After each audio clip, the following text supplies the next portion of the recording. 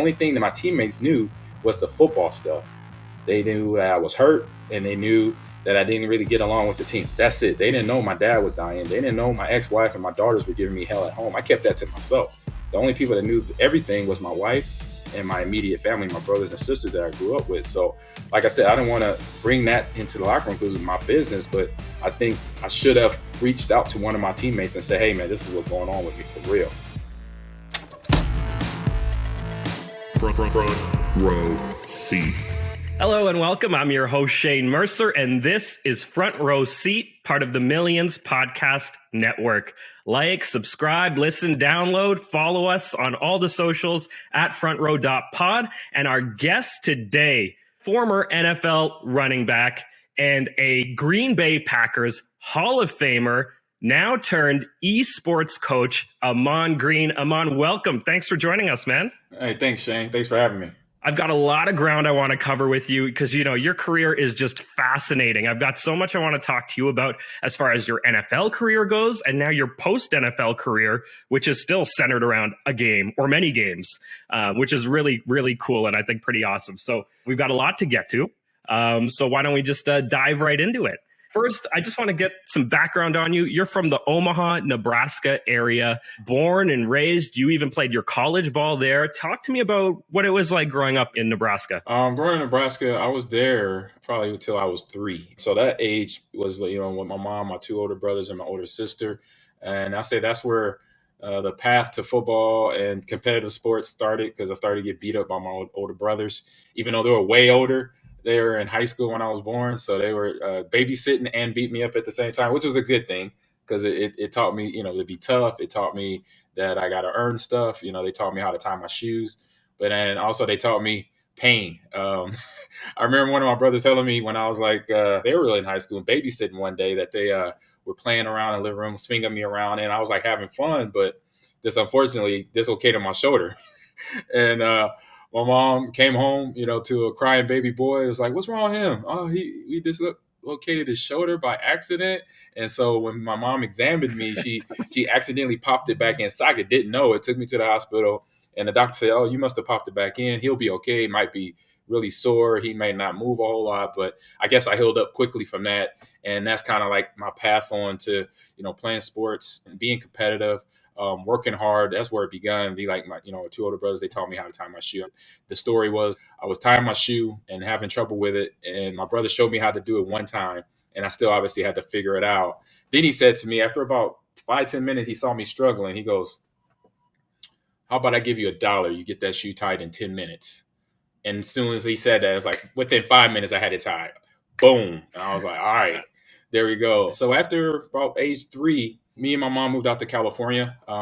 Before I was born, my mom and my brothers and sisters had moved back and forth. My mom had a love of the weather, and we had family out there too. So finally, when I became like 5-6 years old, we moved out there. And we kind of bounced around the Los Angeles area, Glendale, Pasadena a little bit area, and then South Central, Inglewood area. Then we finally settled in I call it a little oasis because if you've ever been to Los Angeles, especially in the mid 80s, you know, you had the gang situation going on. But in this little oasis in the middle of South Central, Crenshaw area was a place called Lamert Park. And so we moved into that area with myself, my mom, and my stepdad. And that was kind of like the proving ground, growing development of me, again, as a kid, elementary school, middle school, but playing traditional sports, football, baseball, basketball. But then also that's when the video games started for me. My dad was in the IT, working at a company called Northrop Aviation, and he would on times bring a computer home to fix it. And I would be, you know, over his shoulder. He has the soldering iron, fixing the wires, making sure they're going into the right place, fixing on a motherboard. And I remember the first time he brought home a computer, it was actually the Apple II. And it was probably almost half the size of our table. It was huge. And he fixed it. And then he said, hey, yeah, you look it on my shoulder, go check, you know, here's the power button, press that button to turn it on. And I want you to test it for me. And so I turned it on. It was a couple games on there, a couple programs. One was Carmen Sandiego. The other was Oregon Trail. And he's like, played the games, whatever. I don't care what you do. Just test it out, make sure it doesn't shut off or what have you. And it did that. I played the games and I said that, boom, thumbs up. So I was officially a computer tester, game tester at around age 6. And even at that time, we had already had the ColecoVision in the house. So I was playing Zaxxon and Donkey Kong religiously. And I had it to a point where I could probably beat Zaxxon in about an hour. All the stages, I could just walk through them. It took all about an hour. I say being good, having good grades, not getting in a whole lot of trouble, because I learned from my brother and sisters. They got in trouble all the time. So I was like, all right, I'm not going to do what they did. So I was able to get rewarded by getting the Nintendo. I say right around 7, 8 years old, and I was the first on my block to have it. I remember having Mike Tyson Punch Out, Legend of Zelda. Classic. Yeah, Super Mario Brothers 10-yard fight was my first official game, and then Tecmo Bowl came later, and then Madden after that. So that was the start of me being a competitor. I was playing flag football, I was playing baseball, I was playing a little basketball, and then I would play at school during recess and lunch. But then once homework was done, once all my chores were done, I had a Saturday morning, watch my cartoons, and I put in Legend of Zelda, or I put in Donkey Kong, or play Tecmo Bowl or something like that. And it just became part of my daily ritual of making sure that I gained 1 or 2 hours if I could, if I didn't have a whole lot going on. And that's kind of the start of it, to where I started to grow up playing sports. And it was more the competitive side, because sports and esports and video games are all neck and neck, because it's all about winning and losing and how you deal with that, how you adjust to a better player in the game and a better team, what you're going to do, to try to adjust to get the win, or just try to stay in the game if you're playing against a really good team. So that was stuff I learned. Sounds like you were a pro gamer before you were a pro football player. I would say probably, because we, like my friends in my neighborhood in California, we competed. I know for double dribble, I remember it was a rule that we all could only go in the corner like once per half. Because if you go in the corner and hit the 3-pointer, it was like automatic, so we could only use it once or twice. We set up rules like that because guys were abusing it, going in there every transition down the court. They would go in the corner and hit the automatic three. It's like, hey man, come on, we got to have a rule. Everybody don't know how to get to that get to that corner. But yeah, it was something that was there, because I didn't know the future, but I'm like, man, I love sports. I love being a competitor, competing against my friends or just anybody that wants to play a game. And maybe one day this will be something, it's always in the back of my mind. But I knew football was going to be there. I knew baseball was going to be there, because I watched NFL teams. I lived in LA, so I had the LA Raiders, I had the LA Rams, the Lakers, the Clippers. So I knew that was going to be around a long time. As a kid, I developed some goals and some, looking toward the future, like, hey, I want to be a pro athlete. I want to either be a football player or a baseball player. I love both sports. When I was a kid, I played both sports as a kid. And that was kind of like my motivation all the way through elementary, middle school, high school, and then on to college. And then finally got drafted once I came out of Nebraska in 1998. You have this back and forth between California and Nebraska, Mm-hmm. two very different places. Very, yeah. So at what point did you go back to Nebraska? So we went back when I was about to be a freshman in high school. And the reasoning behind that was I grew up in the Los Angeles area. Like I said, a lot of gang activity. It was interesting that gang members would see me on the street. If they knew me, they'd be like, hey, man, that's Ahman. He's playing football. He's good. He's a good kid. Let him go. Let him pass. They didn't bother me. They didn't let me try to influence me. So, that was part of the streets. I would tell family and friends that would come visit us. I said, hey, you can't wear this color. Like this color I got right here back in the day, this blue, I couldn't flaunt it very wildly. I had to be careful with it and be around the people I knew. So it was just part of, what the area I grew up in. But it was just something that, once that happened, and then other stuff is happening in sports and baseball and just learning how to get better, it was just a point of, this is going to become my path. So my mom recognized that, and she was like, all right, you're going to be in high school. We have Crenshaw High School and Dorsey High School, probably the two prominent inner city high schools that were pretty good athletes coming out of there. Daryl Strawberry came out of Crenshaw. Dorsey High School had quite a few football players. And so she was like, all right, you're going to play high school sports. And I had been to games as a kid with my friends at a high school game at Dorsey and had to hit the ground because they were shooting, bullets flying at the game. And so my mom was like, no, we're going back to the Midwest. You're going to play sports there. And I'm like, no. I'm like, I got friends. I've been here since I was 6 years old. I'm 13 now. So I'm thinking I got my life set. I got my friends. I got besties. I got girlfriend.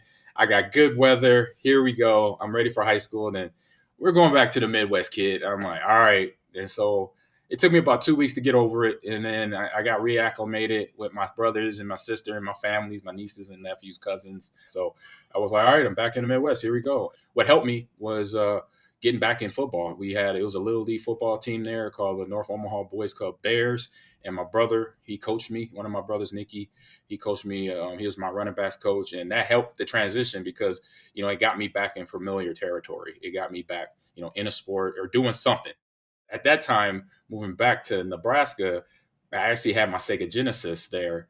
My uncle, one of my nephews, I gifted him my Nintendo, my NES, and I said, "Hey, BT Brandon, here you go. Take care of it. This is yours. Same. You got all these games. I had the Sega Genesis. I was moving on, bigger, Altered Beast and Madden and Sonic the Hedgehog. I was like, I'm living that life now. So you live this life. Take care of that Metroid and that Legend of Zelda for me. And so it was like, all right, I'm not in control.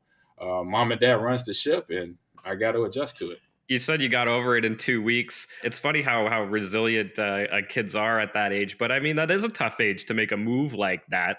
You're going from inner city LA to Nebraska. Yes. What was it like trying to make new friends at that age and sort of coming from where you came from and in a place like that?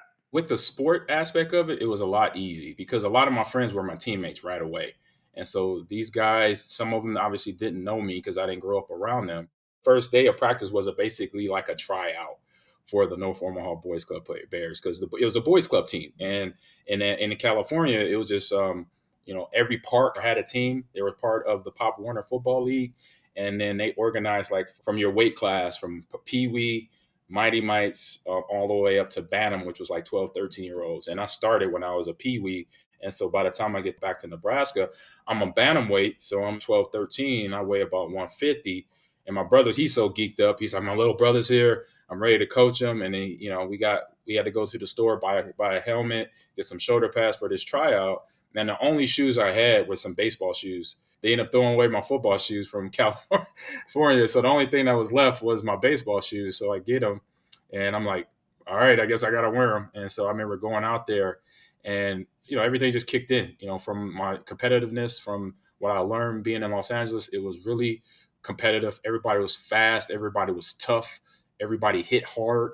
Obviously, we're practicing running the ball, catching the ball, throwing the ball. We're showing to the coaches what positions they could put us in. And for everything I did, I just did it full speed like I learned in Los Angeles. And so when it came to tackling drills, I'm just nailing guys, tattooing guys, boom, boom. And for me, it was normal, to wrap a guy up, take him to the ground, hit him square in his chest and things like that. It was just, and everybody was like, oh my God, he hurt that kid. Oh my God. They were like, oh God, bless America. Like, what's going on? Who is this kid? And this went on for like an hour during the tryout. Because when I got the ball too, I'm running guys over, I'm ducking my shoulder, I'm juking guys, and they're like, who is this kid? Where is he from? And my brother's like, man, that's my little brother. He's been in California for the past 10 years and this, that, and his chest heart is just pumping. He's so excited.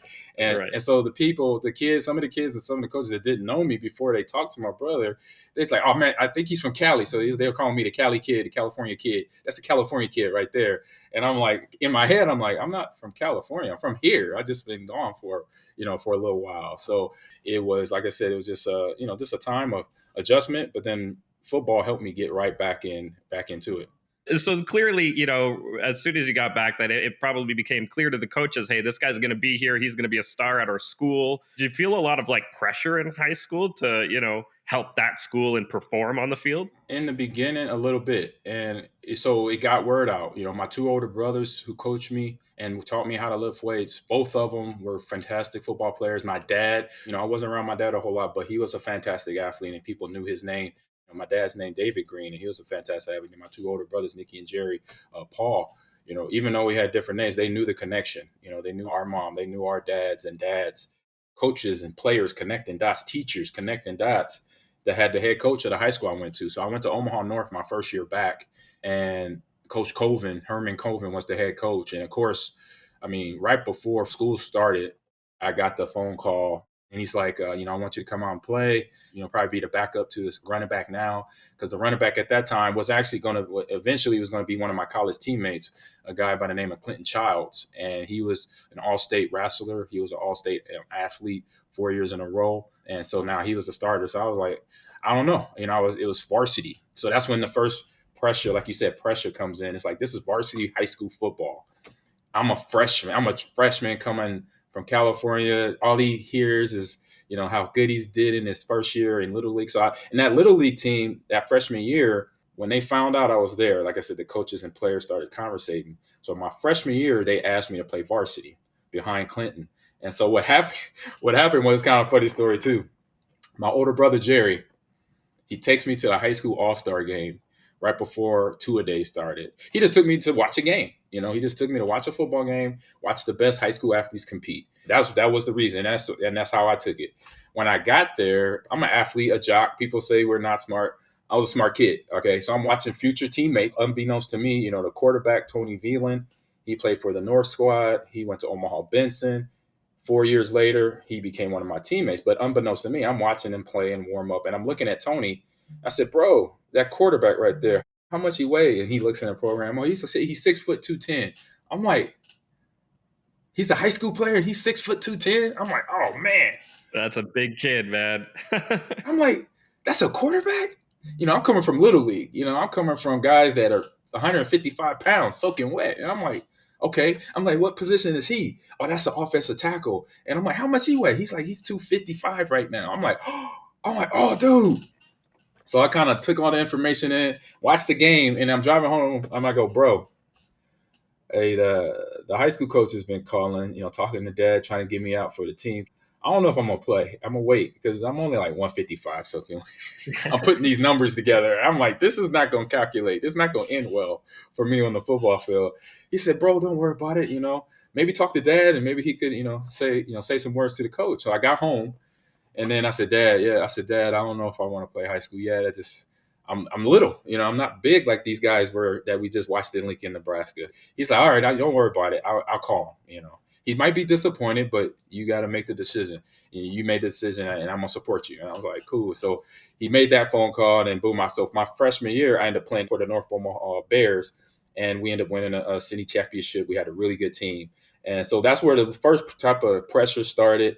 No regret, that I didn't play my freshman year. So I played my sophomore year. I ended up starting at running back for North Omaha High School, and we had a pretty good season. It was more of an even season. We were 5-4. We were a little on the small side because I think my sophomore year I gained 10 pounds, so I was 165, and one of my linemen was like 160, and I'm like, and it just thought I was like, bro, you're a blocker for me. I weigh more than you. This.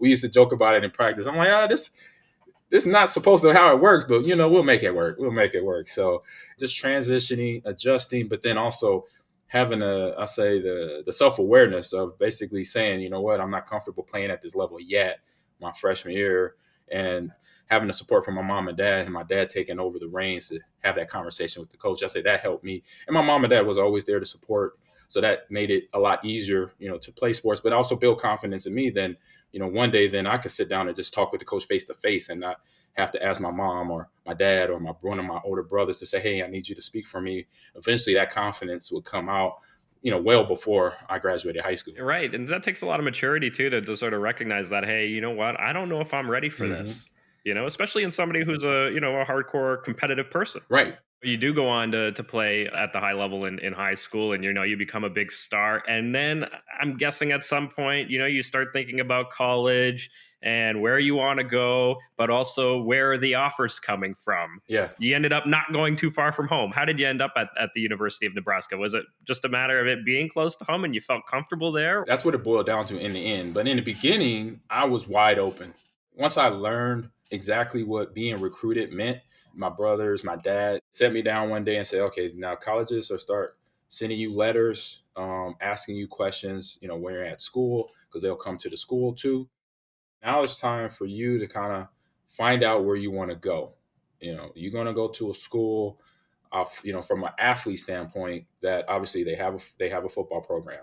And is that football program very good or are they average where they're at? From a school standpoint, do they have my major in computer science and computer technology, IT? So I started thinking about all these things, and once I started getting heavily recruited, it started a little bit my sophomore year, but it came heavy right after my junior year, going into my senior year. And for the colleges, fortunate enough, to be honest, and I'm not what I just learned this phrase the other week, humble bragging. So I'm humbly bragging right now Yeah. about I literally had every school in the country sending me a letter or calling my high school for me. And for me, it was a surprise, because I'm like you just mentioned not too long ago, I'm in Omaha, Nebraska. How do they know about me? We didn't have social media. We didn't have Facebook, Twitter, Instagram, TikTok, Vine. I didn't have Huddle. I didn't have any of that. What did help though, my grades dropped down a notch to about, I think I went from a 4.0 to about a 3.2, but then I kicked back up again to like a 3.7, 3.5 by the time I graduated. So that sophomore year, I started getting all these letters. So I know my GPA is there. I'm ready to play. But now it's like, all right, I got all these schools. Now I kind of like got to get the fanboy out of me, because I'm a college football fan. I had USC, Alabama, Miami, Nebraska, Wisconsin, Minnesota, as Auburn, all these schools that I've seen on ESPN, I've seen on Fox Sports, play Notre Dame, Michigan. These players that I've seen play college ball at this school and then go to the pros. So I'm like, all right, I got to not look at that and like look at the stuff that the school is going to help me out, get a degree and play football. My mom and dad taught me how to make goals for myself. And so I learned that my junior year, and it went through short term, midterm, long term. The short term goals were like literally like little small goals, but daily, like, wake up at 7 o'clock or get 8 hours of sleep and do your chores every day, take out the garbage, wash the dishes, clean your room, little stuff like that. And then midterm goals were like something within a week to a month away, or pass my geography test with an A, or study for it, or pass this class with an A, in track at school, make sure I qualify for districts or qualify for state. And then the long term goal was like graduate high school, get a college scholarship. So those big goals were there, but then I wrote them down. And then the other trick was basically reading them every day. So I would read them in the morning when I wake up, and then read them at night right before I go to bed. And so that's why I was able to laser in where I wanted to go. And so, just like the list of goals, I made a list of the schools. What I did, I took the top 25 teams and put them on a list. And then the first five, Nebraska was in there, Arizona, Michigan, Notre Dame, I think Miami too, and a few other big schools. And I put in, weather, college degree, and then sport wise, what I did was I said for some of the schools, from a football standpoint, offensive scheme. Was it a pass offense, or was it a run heavy offense, or was it a balanced offense, run and pass? Because I'm a running back, Right. make sure they have something that they're going to, be able to use me, and I could be effective and do what I do, be a football player. So I did all that. I made this chart out, pen and pencil and a ruler. Boom, boom, boom. It boiled down to Nebraska, Michigan, Notre Dame, Arizona, and Penn State. They wanted me to verbally commit before I took my visit, and I told the recruiting coach that I couldn't do that. I thought it was strange. I didn't want to lie to them, because maybe I say I want to go there, and then I take the trip there and I find out I don't like it. Something about the campus, something about the coaches, I don't know. But I did make a visit to Nebraska, made a visit to Notre Dame, Michigan, and Arizona and Wildcats. It boiled down to Arizona Wildcats and Nebraska. Arizona was on the list because it had my degree, had my major. It had an offense that I could develop in and grow in. It had a pro style offense. And then obviously Arizona, you got great weather, it's hot, and Arizona itself is the next state over from California. And so what I found out on my visit is that a lot of players that were either on my team as little league in football or baseball, they were there on campus. And so I knew them from Los Angeles. And I'm like, hey man, what's up, man? How you doing? I ain't seen you since Little League. It's like, oh, this is sweet. It was like a homecoming. So I'm like, all right, this might be the spot. But I told myself I'm not gonna make a decision until I make all my visits. I'm gonna go to every school and make a decision. So Arizona was my first visit, and then Nebraska was my third visit. So I had two more visits before that school. Like a lot of kids I knew, like I mentioned, I had guys I played against in high school that were on the Nebraska team when I took my visit, and we're going to be there when I was there. And so that one, boom, they were neck and neck. So basically, the story behind that was when Nebraska was playing Miami in the Orange Bowl for the national title. I'm watching the game. I'm over a friend's house, cheering for the Huskers to win, and they're going back and forth with the Hurricanes. And right before halftime, my mom calls me and said, "Babe, you got meetings at the hospital. Your stepdad just had a heart attack. He's okay. He's stable, but we're taking him to the hospital now. Meet us there." So I jump in the car. I get over to the hospital there in downtown Omaha. And then I get there. It's my two older brothers, my sister Tasha. And we're just sitting there in the family room, just waiting. They told us to wait in the family room. And so, of course, we're waiting. My brothers popped on the national title game. We watched the second half. That whole moment was kind of like my answer. How can I determine going to Arizona or going to Nebraska? And then, boom, it was like right there. It hit me. And it was like, look, I'll be close to home if something like this happens. I'm 50 miles from Omaha, being in Lincoln. So I could jump on the highway, be home in an hour to make sure if anything like this, I could support the family, or they could be there for me if something happens to me on the flip side as well. Right.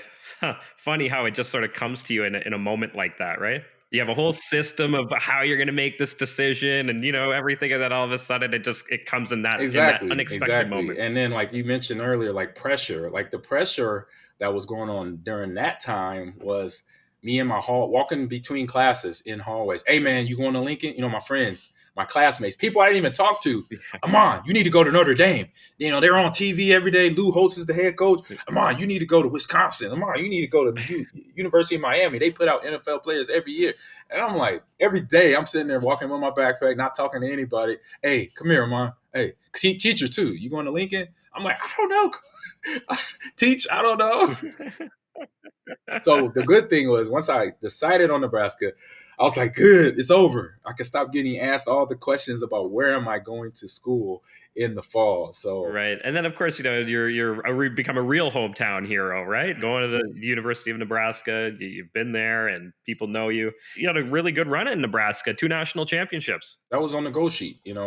Me going in, I knew, because everything was on TV, ESPN, and watching the game. I knew what they had done previous years. And this was their first national title in a long time. And then Coach Osborne being there for the years, and we still had the same talent, just added me and a few other freshmen coming in, Chris Brown and Chad Kelsey and Tony Ortiz, Frankie Veland, a lot of guys that was with my class. So, of course, the question was, can you guys repeat? And so when practice started, school started, that was the whole question. For me, it was just like, I'm just two things: focus on school, focus on football, getting that playbook. I'm going to be the backup to Lawrence Phillips, Clinton Childs, Damian Benny, and Jay Sims. I'm 5th running back on the depth chart. So I'm going to help out when needed. When they say, Ahman, you can get in there, then that's when I go. But until that time, I'm going to play special teams, and I'm going to do what I need to do to be, a focal point on that team, or just be somewhere in the locker room or somewhere on the field. Because I didn't really think before my season started, my freshman year, that I was going to play a whole lot, to be honest, because I was the 5th running back on the depth chart. But we had, things bounce around between players. Guys got hurt. One of my good friends and teammates, Lawrence Phillips, God rest his soul, he got in trouble, got suspended for 6 games. And then Clinton Childs was the next starter. He tweaked his knee. And then Damon Benning, he became the starter. He tweaked a hamstring. And then Jay Sims, it was a toss-up between me and him starting, and they ended up putting me in over him. And then that was probably around the 6th game of my freshman year. So I'm fresh out of high school. And then now I'm starting running back for the number 1 team in the country. And so the only pressure I felt for me was don't fumble the ball. But that was the same pressure I had every game. Like every time I got in as a running back, it's like, just don't fumble the ball. So that I kept it to that. Secure the ball. So secure the ball. Think about, okay, I'm a freshman. Yeah. I'm playing with Tommy Frazier. I'm playing on the number 1 team. The only thing I was worried about is holding on to the ball, which I practice hard with every day. Coach Solich got us ready. I played that first game as a starter, but I played every game prior to that because we were a powerhouse team. It's still astounding. I don't think we're going to see it again, and we may see it with Alabama, or they have done it. I don't know. But my freshman year, we averaged 500 yards rushing every game my freshman year. 500 a game? Yes. A lot of teams are lucky if they put up 500 yards of offense. I mean, we have 500 just rushing, and with passing, just add on another 100. It was like that. So I got a lot of carries before I became a starter. So being, nervous, being uncomfortable kind of was gone after the first game. The first game I played in was our first game of the season, which was against Oklahoma State on ESPN on Thursday Night Football. We're the only game on. We're the number one team in the nation. And the night before that game, that's kind of when I had the most angst, the most nervousness. And right after our last meeting, I remember talking to my running backs coach, Frank Solich, and I said, Coach, he's like, he kind of looked at me. He could kind of see I was a little nervous. He said, Ahman, you okay? I said, yeah, I'm okay. I'm just a little nervous. And he said, what's up? He said, I'm just worried about, not messing up, holding on to the ball, doing things the right way like we've been practicing. He said, for a freshman, an outstanding training camp. And I'm not just saying that. I mean, you were really good. You learned everything, the proper pace. You learned the technique of doing certain things that we teach and we coach up in this team and this offense. He said, you being nervous is just your body and your mind telling you that you're ready to play because you're thinking about the situations that's about to come at you. The ball being snapped, guys trying to tackle you. You're thinking about all that, right? He's like, I'm like, yeah. He says, yeah, you're just getting ready for the game mentally. So the physical part is going to be the easy part. It's the mental part now that you now going to rehearse over and over in your head. That's why we watch film. That's why we have the walkthrough practices. So we see things. So then when we're on the field, you don't have to read. You just react to it. You don't have to think. There's no thinking. It's just boom, boom, boom. You make some move. You tackle. You run. You jump. Whatever. And so you're ready. And so just think about that. And it kind of calmed me down a lot. And so when I woke up that next morning, I thought about it. I said, yeah, I'm not starting. I'm the backup. I may get in the game, I may not. And if I do, which it was at the time, I was pretty much garbage time because the game was over. We were going to win. And maybe your people are watching, maybe not, but just go out there and have fun. You're playing on TV, have a good time. And that's what I did. I ended up scoring my first touchdown in the fourth quarter. A guy that we were on the USA Today All-American team, R.W. McQuarters, he played at Oklahoma State, and we were roommates when they invited us all down to Disney for the USA Today Parade All-American, like photo shoot, hangout type trip. And he was trash talking me. We were roommates, and he's trash talking me. I'm going to Oklahoma State. We play on the first game of the season, and he's like, "We gonna beat y'all down." I'm like, "Okay, well, I'm glad that you know that." I'm like, "All right." I never was a trash talker. I'm not even a good trash talker today. The whole time we stayed together, he's like, "Oh yeah, I'm gonna destroy. We gonna beat y'all down. We gonna win. Y'all coming to Stillwater. We gonna win." And I'm like, okay, all right, we'll see. And so it was funny. It was my first carry that I got in the late third, fourth quarter. He was a corner, and it went to his side, and I went past him so fast that I almost didn't realize it was him until when I looked up at the screen. I watched the replay. So I got the toss, and I kind of juked and gave him a quick stiff arm and juked him and ran up the field for my first carry for 20 yards and got pushed out of bounds. And it wasn't until after the game it kind of clicked in my head, oh, that was RW. And that's all I kind of said, and I didn't say nothing to him after the game. It just was like, it was something that goes back to my Little League days. My older brothers told me, never trash talk when you're playing football because it's a physical sport and you will be eventually that guy that gets lit up.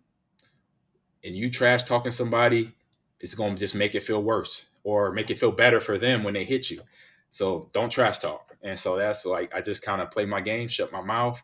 And so when I saw that and he did that to me, I just kind of chuckled in my head from what I learned with my brothers. I'm like, yeah, that's why you don't trash talk, because I wasn't trying to intently run past him. It just so happened, where he was on that side, I ran by him. And now, that happened. Now, fast forward to me playing my first game against Missouri as the starter.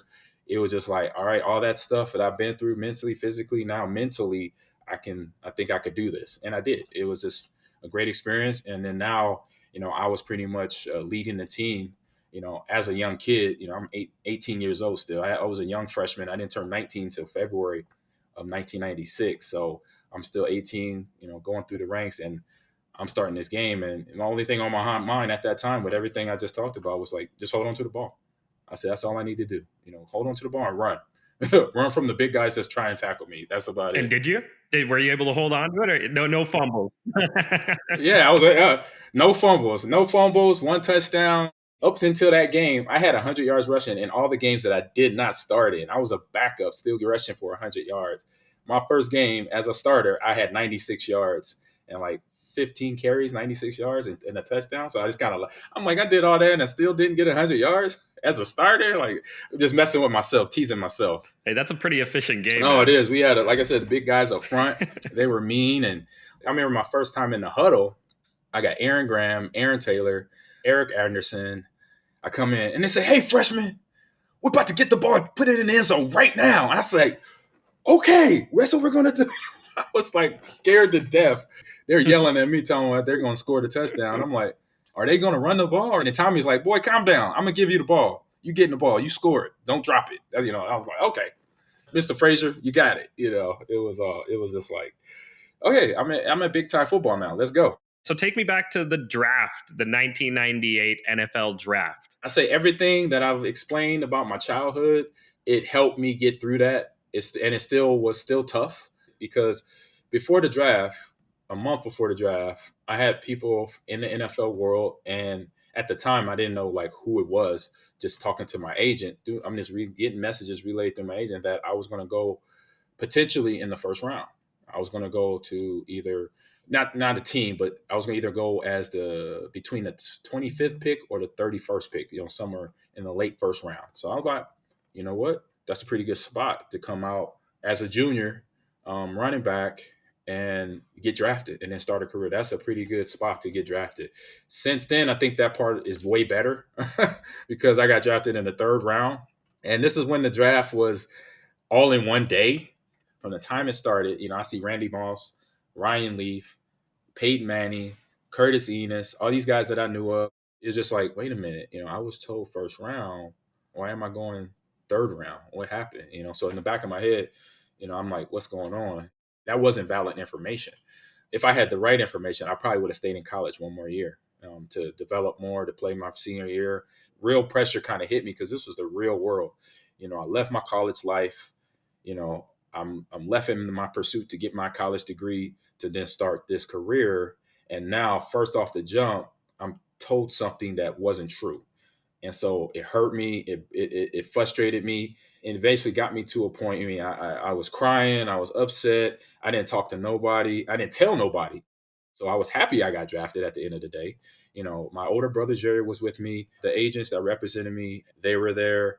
At that time when I got drafted, I just spent time with them, and we're regardless, third, fourth round, fifth round, seventh round, we know, hey, you're in the NFL now. Let's go. Let's celebrate. But when I got back to my apartment that I was staying there in Newport Beach, finally when I went to bed, probably 8, 10, 11, 12 o'clock, I got into bed and just started crying because it's just like, okay, I thought this was going to happen, but this happened. Something totally different happened. Again, young rookie. And this is the real world. The real world is anybody could say anything. Anybody could, do things, then, and it's okay. I'm like, to me, that wasn't okay. Like, to me, if I'm telling a kid coming out of college that's going to change his life, this is where you're going to really get drafted. Be honest. I could take the truth. But if you tell me this and something else happened, it's like, oh man, so it's discouraging. But just like a lot of stuff, like I said before, that I've faced in my life, you know what? I'm going to use this as motivation. I'm going to use this as a learning experience. And you know what? This team that I'm going to, the Seattle Seahawks, they don't know what they got. What they're going to find out is they got a really solid guy, a really solid player. My whole goal then was in 10 years, I'm going to be the all-time leading rusher for the Seattle Seahawks. And that, that city, that state is going to be like, we glad we drafted him in the third round. That was my mindset going into rookie minicamp after, I got past my boo-hooing and, woe is me. I said, Mom, you in the NFL. This is what you work for. You know what? All those 31 teams that passed you over 2 times, you know what you get to do? I get to run them over when we play them in my first couple years in the NFL, and that's what I'm going to do. Every time we play against the Chiefs, the Dolphins, the Packers, Broncos, the Patriots, they're going to feel me. They didn't want to draft me. They found I wasn't a fit for some reason, even if they needed a running back. No problem. They're going to find out. They should have drafted me. And that's basically was my motivation.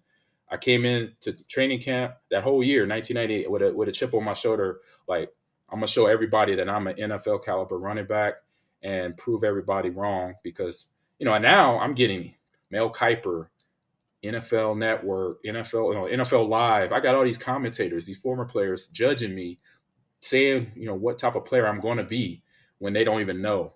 And I'm like, I can't wait. I like when people say I can't do something. I love it. And so I use that to motivate me into what everybody saw in Seattle. And once I got to Green Bay, it was still there. The difference between Green Bay and Seattle was I had a few teammates in Seattle that were like truly true teammates that supported me. We backed each other up. We helped each other grow together. And then I had a lot more in Green Bay. So that was the difference. I had like almost the whole team in Green Bay. As soon as I got traded there, guys were like, "Hey man, what's up? Come hang out. We at the restaurant. We at the bar getting some wings, watching the NBA playoffs. Come hang out with us." And I'm like, they barely know me. I only got that like reach out in Seattle like once or twice, but in Green Bay it was like instantly. When I got traded, we had a mini camp, and right away I had Dorsey Levens, the guy that's the starter, his backup. He's reaching out to me. Hey man, let's hang out. We got to let's get to know one another. So because we're gonna be playing with each other to make sure we support each other and be the best that we can be on that football field. So that was the big difference between Seattle and Green Bay. And then once I got to Green Bay, that was one of the reasons, that support system and that togetherness as a teammate, they helped me develop into the eventual player that I became in Green Bay. I want to ask you about that trade from Seattle to Green Bay. So that trade was you, Ahman Green, for a guy who I'm sure is a great guy, Fred Vinson. Not exactly a guy, though, who left his mark on the league. And so, he got drafted ahead of you in the second round. This trade's taking place, Ahman for Fred, along with a couple of mid-round draft picks on either side. When you look back at that trade, what are your reflections on it, and which side came out on top? Obviously, from a stat standpoint, we know which side came out on top, and I'm not bragging there. I mean, just saying the facts. Yeah. When it happened, it was like I had no idea. I didn't know I was getting traded. It just boom, it popped up on ESPN. The person who saw it first was my stepdad. He called me up on my phone. He said, "Son, I'm watching NFL Live. You about to be a Packer?" And I'm like, "Huh?" He's like, "Turn to ESPN right now." And so I go in the house, I turn on TV, and it's Trey Ringo. He's like, NFL Live about to go up, but just a quick announcement. Ahman Green is traded to Green Bay for Fred Vinson and a fourth, fifth round conditional pick. Da, da, da, da. I'm like, my mouth just drops. Like, really? My dad's like, "Did you know?" I'm like, I had no idea. And so I got on the phone with my agent. My agent, again, he didn't know either. He's like, "No, come on, I don't know." And so it just now at this time, being older, being 2.5, 3 years in the league in the NFL, the adjustment was more obviously from all the adjusting I had to do as a kid, growing up from little league to moving from California to Nebraska, switching from high school to little league and then college, all that. It just was a more fluid transition. I was like, all right. The only thing about that trade was I got to go back to the Midwest. I'm like, no. Seattle was a great area, great weather, great people, great town. I knew that city eventually, once we got a football team there, that it was going to be a special city. I saw that when they switched stadiums and got Russell Wilson in there with Marshawn Lynch and the Legion of Boom. I knew then, as that player, even though I wasn't with them then, I was like, that city's they're eventually gonna have a team to win a Super Bowl because they won a champion. They won a Super Bowl champion, and they end up getting one. So that was the only thing. I was like, man, I got to go back to the Midwest. I got to go back to cold weather, blizzards, and all that stuff. But it was a little blessing in disguise for sure. So I want to do something here. I thought this was great, and this kind of really sort of symbolized your time in Green Bay. It's a social media post that you recently put up. So I'm going to do a screen share here. Okay. All right, and we're going to take a look at this together. Yeah, I just posted that too. I had a feeling it was going to be that. For anyone who doesn't know what you did in Green Bay, as you see in the caption there, I said I was on stream. We were just talking football, because I have a stream, welcome in any question. And it was a football question, and we were talking about it. And then somebody brought up the fact, it's like, Ahman, do you remember how many touchdowns you had? And I said, yeah, it's around 60, 65 touchdowns career-wise. They're like, where's your footballs at? Because you figure, they're not behind me. I'm like, no, they're upstairs on a shelf. I said, you know what? I'll post it. And so that's what got that post up. They asked me about it, and I was like, I have a chef. You could see it. I'm gonna do it tonight, and that's how that came about. Because I said I don't brag about what I did. I don't talk about what I did. But when a fan that was asking a simple question like, "Where are your footballs at? Did you keep them all?" I said, I kept majority, and it's like when I counted them up, it's around. I have right at 60. So I don't. The only ones I probably didn't get at the time, maybe Seattle and Houston, and then a whole bunch of the game balls as you saw that had had stats on it and fun stuff like that. So yeah, little humble brag there. That was like a great symbol of what you did in Green Bay and what you did for that city. Talk to me about those years. It was 7 straight seasons in Green Bay. You tore up the league. Yeah, it was this all those goals, all that time, effort, support from family, support from teammates coming together. What I did was once I got there and was able to really play, where I was like given the keys to the car, like, Ahman, you're our starter. Because once I got there, I was just like a teammate. I was supporting Dorsey. He was the starter. He was the number one guy. It wasn't going to be my job until he retired or something happened with injuries or whatever. So that was my mindset. And that first season in 2000, about halfway through the season, he had a knee sprain against Miami early in the game, and I took over the rest of the game, and then the rest of the season from that standpoint. And every game after that time, he went out. I was never looking at it as I was the starter. So when I would get interviewed, they were like, "Come on, what you feel that you're a starter now?" I was like, "No, I'm not the starter. I'm just taking the spot until Dorsey gets back. He's rehabbing his knee. He should be back here in a few weeks." So that was always my intro into a question. I said, "No, I'm just a backup. I'm not the starter yet." And in my head, and still today, I believe that no person that is a starter loses their job off an injury unless it's a major injury. And he had a little injury, and it just took longer than it should to come back. And then I think Coach Sherman had to make a decision to get somebody back there, that's going to be a starter. And then he named me a starter probably after 3 or 4 weeks of playing. We both were okay with that. And as a pro, you got to take that, because we were friends, and it was tough. It was tough to see him and know that it wasn't the fact that he beat me out or I beat him. I was more of an injury thing. So that's a real thing where because you're friends, and so that could be an awkward thing. It could be uncomfortable, but the friendship we had was above that. So he supported me. He helped me get ready, just like I helped him. Once I got there, I remember Mike Sherman was our head coach. He was the offensive coordinator in Seattle, so I had to help with some of the verbiage that he had brought over to Green Bay in the offensive playbook. So he asked me questions. He's like, "Mom, what's this mean?" He said, "I kind of know what this means, but what is this?" So I'm helping him out. In my head, I'm like, "Wait a minute." I said, "This is so dope. I'm helping my guy out. This guy I watched win a Super Bowl against the Patriots years ago, and now I'm helping him with some plays. I'm a teammate for this guy." So I'm like, all right, I'm going to be the best teammate I could be. So he supported me once I became a starter. And from that standpoint, it was just me, just a few years older from those little league days, high school, college days. It's like, I have the same goals in front of me. Now let's execute. Now I have guys around me that has done it at a high level. I have Dorsey, I have William Henderson, I have Brett Favre, I have Frankie Winters, Mike Flanagan, Marco Rivera, Chad Clifton, Mark Tauscher, Kabir Bajabia-Miller, Leroy Butler, Gilbert Brown, Santana Dot. These guys, they won a Super Bowl. Well, some of those guys won, not all of those guys, but some of those guys already had been to 2 Super Bowls, won one, lost one. So basically, when I got in that huddle that first time during minicamp after that trade, I said to myself, "All right, Mom, that's now we gotta bring that A game every day." My mentality was, I gotta practice perfect. I gotta practice hard because I know these guys around me are doing the same thing. Yeah, yeah, and I mean, you brought it, and you brought it for 7 seasons. Yeah. I think you became a free agent, and you ended up signing in Houston. So I haven't really told this story a whole lot because it was something that bothered me, just like with the draft and all that stuff. Serious moments in my life. Free agency came up, and he called with me saying, "Hey, we got the Texans interested in you. We got the Denver Broncos interested in you. We have the Ravens interested in you." And I'm like, in my head, I'm like, I'm not going nowhere. I know where I need to be. I need to be right here in Green Bay. And not a lot of teams want to run it back, this far late into their career.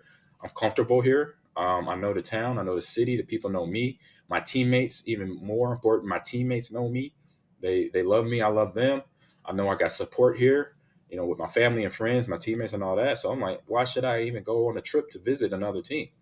oh, well, it's a part of the business. You need to do this to help yourself and, your market for yourself. And I was like, okay, I understand that. I get the business side of this.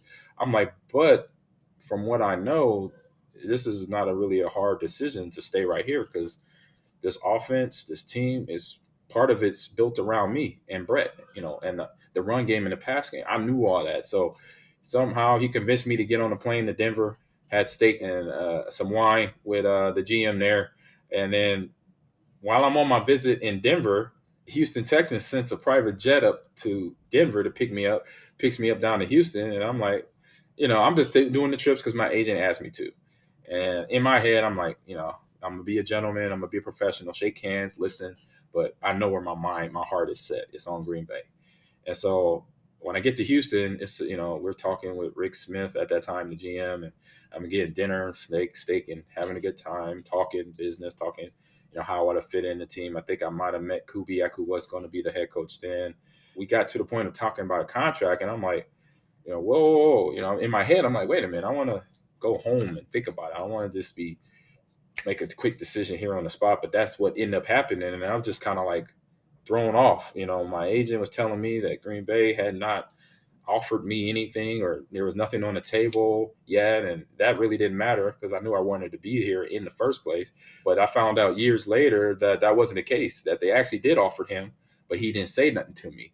And that part was just like another heartbreaking moment, that I'm in a situation in Houston for 2 years where I didn't want to be. It was sad for me. It was sad for that organization, those players, the city. They didn't see the Ahman that Green Bay saw. And I said this several times during that season. I said, this is not the Ahman that was in Green Bay, because I ended up getting a knee injury early in the season. It was a bone bruise, and I didn't even know it. And I was playing on it, and it was serious pressure. $24 million contract. You need to play. And I'm like, I can't play. My knee is sore. I could barely get up out of a chair. And you want me to go play? And so that was the pressure they were putting on me. And of course, being the player that I am, I'm a team player. So I'm like, all right, I'll give it all I got. Do what I can do. And I played 2 games on it. Then I say, look, I can't play on this. So they sent me down for about a month or about 2 weeks, 3 weeks. It should have been longer. I came back against the Raiders, Namdi Asamoah, making a tackle, and he hit right on my bone bruise. Felt like my knee just blew up. I'm thinking that my ACL's gone, that I'm out for a long time now. Me and my wife were Googling my symptoms and just find out it was just a bone bruise. Had a couple doctors look at it. And then I kind of just put my foot down. I said, look, I'm not playing until this knee is right. The next day after I said that, they put me on IR.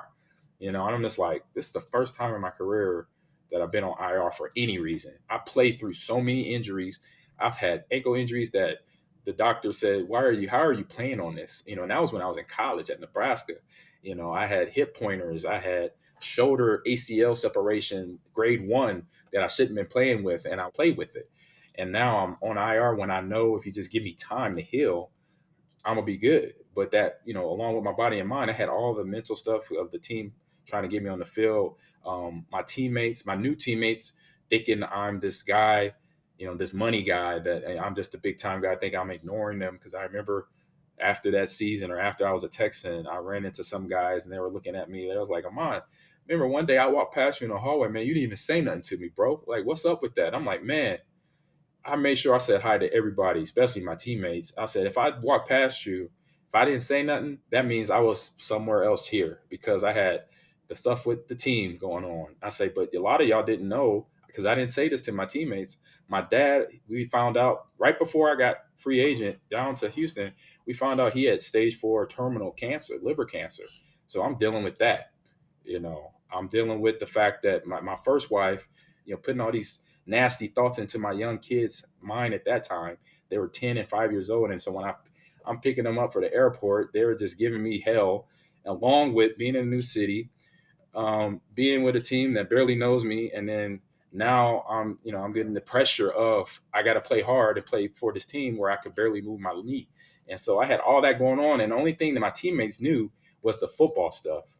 They knew that I was hurt, and they knew that I didn't really get along with the team. That's it. They didn't know my dad was dying. They didn't know my ex-wife and my daughters were giving me hell at home. I kept that to myself. The only people that knew everything was my wife and my immediate family, my brothers and sisters that I grew up with. So, like I said, I didn't want to bring that into the locker room because it was my business, but I think I should have reached out to one of my teammates and said, "Hey, man, this is what's going on with me for real. I got this going on. I got this going on. Can you understand that I'm not just showing up just to show up, or I'm not just here just to, say I'm better than you." Because people thought I was thinking that. I'm like, I'm not better than anybody. People thought, oh, you make all that money, you're better. You can show up when you want to show up. I'm like, this game of football is the best team sport game in the world. And if I'd ever think I could play this game by myself, you don't know me. All 53 players, offense, defense, we play together to win. And so that's where I knew that situation from the start, being lied to by my agent about being offered by the Packers. It just, followed me through that whole 2 years. And unfortunate, like I mentioned, to the fans of Houston, the football fans of that area, they didn't get to see good football from me. I wasn't the best I could be. And I own that. It took me a while to get over it. It took me about 5-6 years from that time to get over, because I knew I wasn't me. I wasn't the football player that I was in Green Bay or in Seattle even then, that I know I could have been in Houston. Winning anywhere, as you know, watching sports, you don't get it handed to you. You gotta take it. You gotta earn it. And I was coming in with that mindset, but then when everything going on, it just derailed that, because at the end of the day, I found out I wasn't Batman, I wasn't Black Panther, I wasn't no superhero. That I'm human, and the human side of me took over that them 2 years I was in Houston. And then so, you end up going back to Green Bay in 2009. Did you know at the time that that was going to be your last season playing in the NFL? Not 100%. I was being hopeful that this could be the time where they pick me up and I show them what I could still do. And I'm here for at least 2 years, maybe three. So I was keeping it hopeful that this would be the start of me retiring in 2012 or 2013. So I played it hopefully, optimistically. I practiced hard, got back in football shape once they signed me. That time there, I had a great time. It was what I knew I needed to be a part of back in 2007 before I went free agency to Houston. And now you got to think about life after football. Mm-hmm. Entering the 20 teens and football's officially behind you. Yep. Then what? Tell me about those years immediately after football. Being goal oriented like I was since a teenager, that transition was like I wanted to get it going like right away. So I was still working with the agent that lied to me. I called him up right away and I said, I'm done. I said, I want to get into coaching and I want to get into some broadcasting as well. And so he's like, all right. So he got on the call. He maybe called around some people. And then I started calling people that I knew from the NFL, other players that I know that transitioned into coaching or transitioned to broadcasting. And then NFL, they have a coaching camp that you can go to. They have an NFL broadcasting boot camp you could go to. So I started doing all that stuff. I started signing up for it just to get information, obviously learn, networking with people to find out where I can make that next move. So I went to the broadcasting boot camp and got taught, with certain analysts at ESPN, Fox Sports, CBS, NFL Network analysts, how to speak and how to research and how to get ready for a broadcast, and then coaching as well. And I found out that I could speak well. I know I could do homework and research a team. And I'm like, this is a lot easier than playing football because you're not getting beat up doing it. And then the coaching aspect of it was, me playing all the sports growing up, football, baseball, basketball, volleyball, track. Now it's just teaching the stuff that I remember coaches teaching me, how to block, how to run the ball, how to secure the ball, how to catch the ball, how to throw the ball. So it's like, oh, I get to do that now. I get to do what my brothers did for me. So I could now do what they did. So I'm like, oh, I know this already, but now it's just about connecting the dots, networking with people, finding a coach or somebody that needs my skills. And that road started back in 2012. So I did high school football, baseball, track, weightlifting from 2012 to about, I say 8 or 9 years, about 2019. Before that, though, that's when I got into the esports side of it. I started networking with that, and it came about because it's just a passion.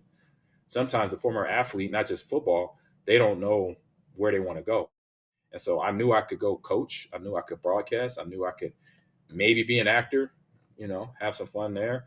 But also when the passion of esports and video games come around, I was like, all right, let me try this here. I had been going to Comic Con every year since 2009, my last year, since 2010. And then I started doing the same thing and going to E3. I started a network. I got to, before I think one of my trips, I made up a business card and I just handed it out to everybody that I ran into, because I knew people at EA because they would always have me, doing a photo shoot or something with EA Sports because of Madden. Um, and then one of my guys that worked at the law firm that represented me, we both were gamers. And so he had a connection with Ubisoft. So when they came out with new games, Rainbow Six, Assassin's Creed, and then he had a contact with Activision, so Call of Duty. So when they had launches of a game, I would get invited out to the launch, and mostly in California. And so I brought my business card with me. Say, hey, here's my card. Let me know when you got another event or anything you want help with. I know how to broadcast. I can be a spectator. I could just be somebody that could help out with the production on any level. I don't care if I'm just helping with wires and plugging up the monitors. I'll do it, because I got to get my foot in the door. And so I wasn't below. I didn't feel I was above or below doing, taking out. If I just got to get you coffee, I'll do that. I say I get it.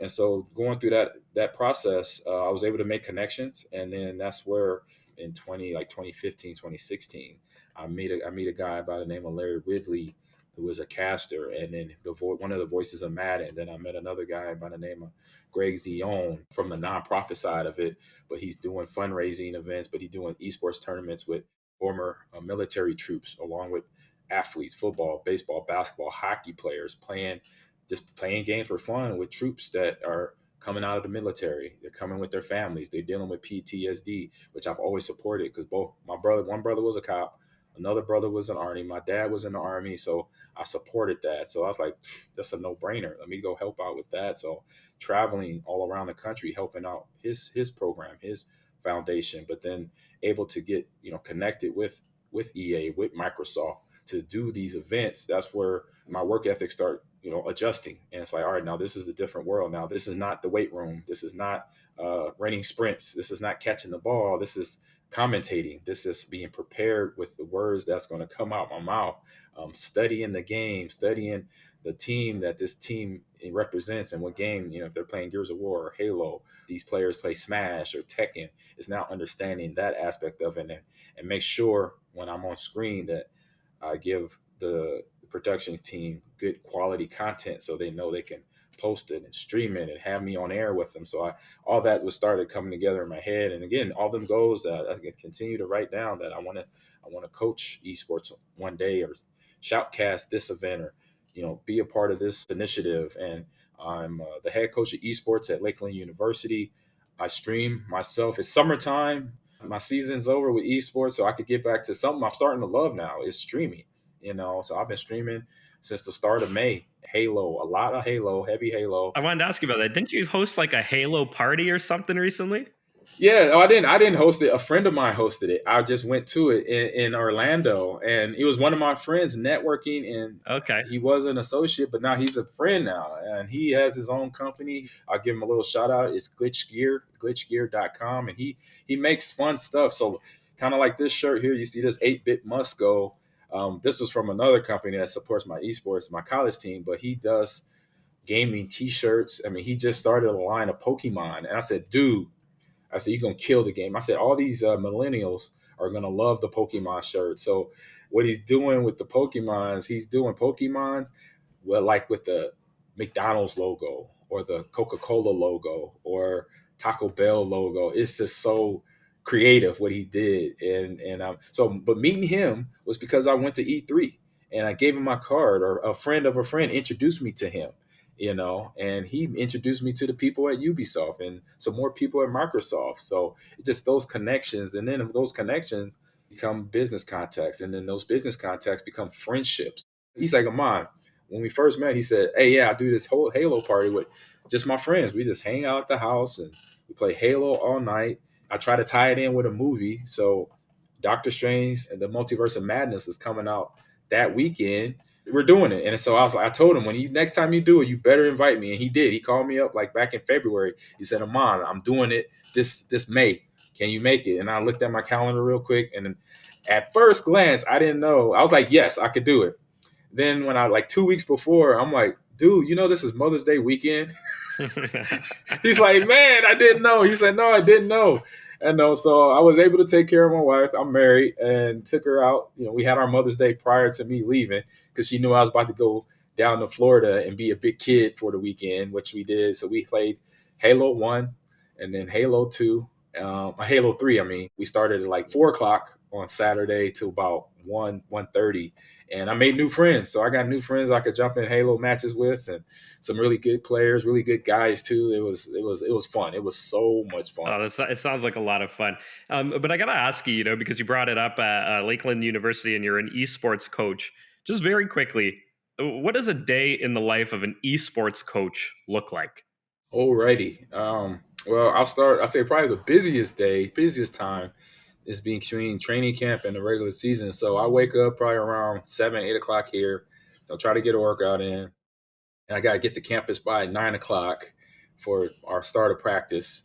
And then we have a quick meeting to let the players know how practice starts.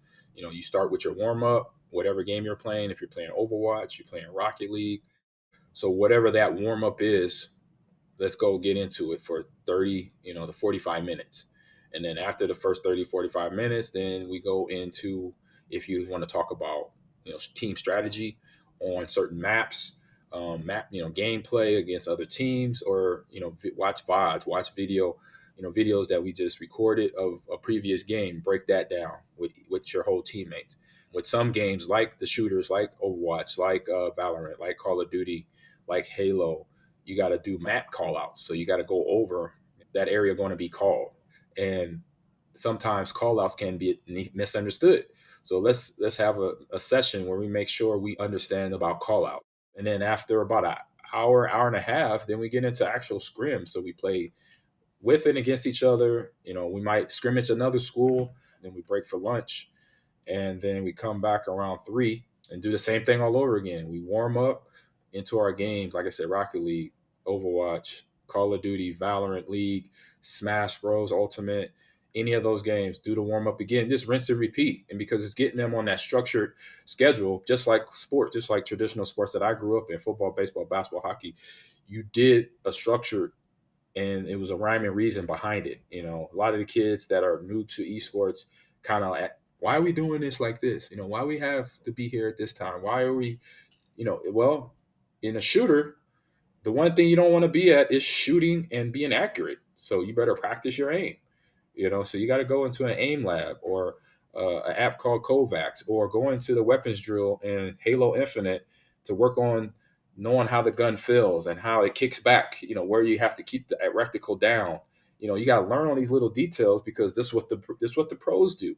With me in football, I practice in the off season how to hold the ball better, how to catch the ball better, how to, be in shape. I'm running sprints. I'm doing that. So this is their conditioning.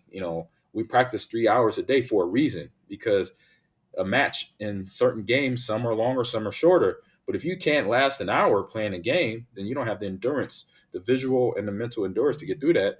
Then you're no good to the team. So we got to practice 3-4 hours a day to build up that endurance, because then the thinking, the critical thinking you got to do, and you got to do that fast. You're not thinking, you're just reacting.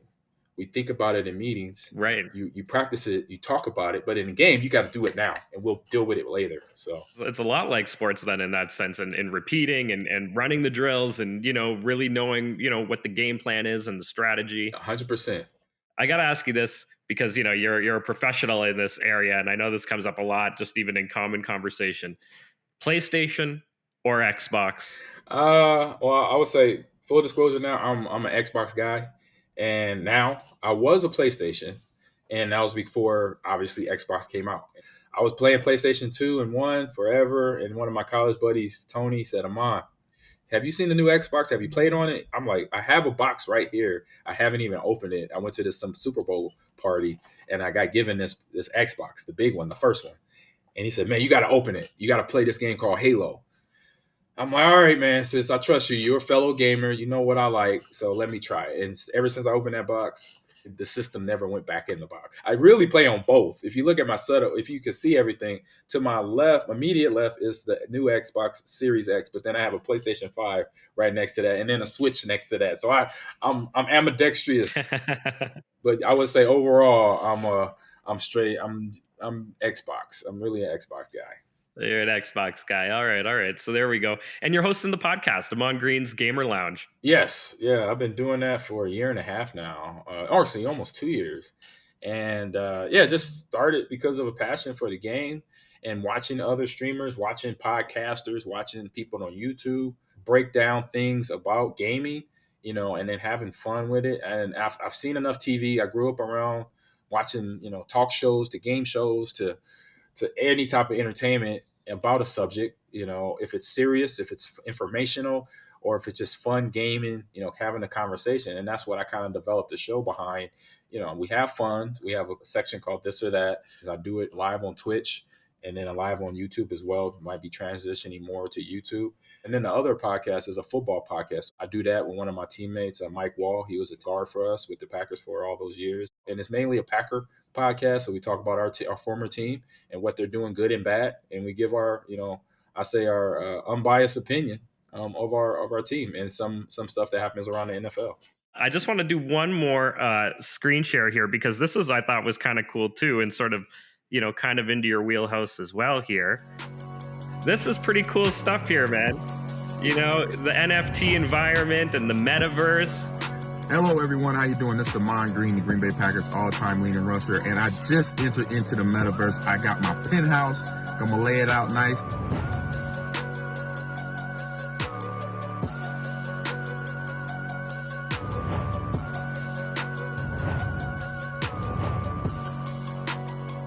And I got my private gaming lounge so you guys could come in and be my neighbor, and then we could sit and play video games and talk about the good old days when I was playing football in Lambeau Field. So get your property now and be my next door neighbor, please.